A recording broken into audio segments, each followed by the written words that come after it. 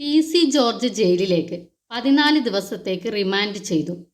മതവിദ്വേഷ പരാമർശത്തിൽ ബി.ജെ.പി. നേതാവും പൂഞ്ഞാർ മുൻ എം.എൽ.എയുമായ പി.സി. ജോർജ് ജയിലിലേക്ക് 14 ദിവസത്തേക്ക് പി.സി. ജോർജിനെ കോടതി റിമാൻഡ് ചെയ്തു.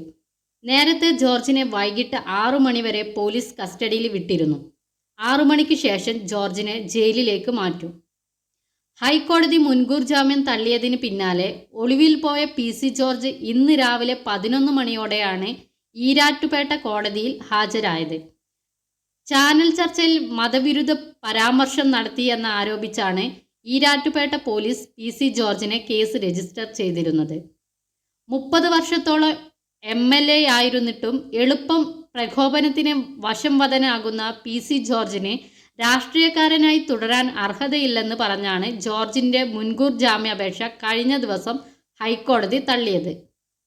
മതവിദ്വേഷ പരാമർശം ആവർത്തിക്കരുതെന്ന കർശന ഉപാധിയോടെയാണ് സമാന സ്വഭാവമുള്ള മുൻ കേസുകളിൽ ജാമ്യം അനുവദിച്ചതെന്നും അത് ലംഘിച്ചതടക്കം കണക്കിലെടുത്താണ് മുൻകൂർ ജാമ്യം നിഷേധിച്ചതെന്നും കോടതി വ്യക്തമാക്കിയിരുന്നു.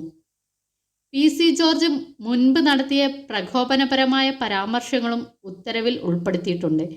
ജാമ്യവ്യവസ്ഥ ലംഘിച്ചിട്ടും ഹർജിക്കാരന് മുൻകൂർ ജാമ്യം അനുവദിച്ചാൽ സമൂഹത്തിൽ തെറ്റായ സന്ദേശമാകുമെന്നും കോടതി പറയുകയുണ്ടായി. സമുദായ സ്പർദ്ധയും വിദ്വേഷവും പരത്തുന്ന പ്രസംഗം നടത്തിയെന്ന കേസിൽ പി.സി. ജോർജിനെ മുമ്പ് പോലീസ് അറസ്റ്റ് ചെയ്തിട്ടുണ്ട്.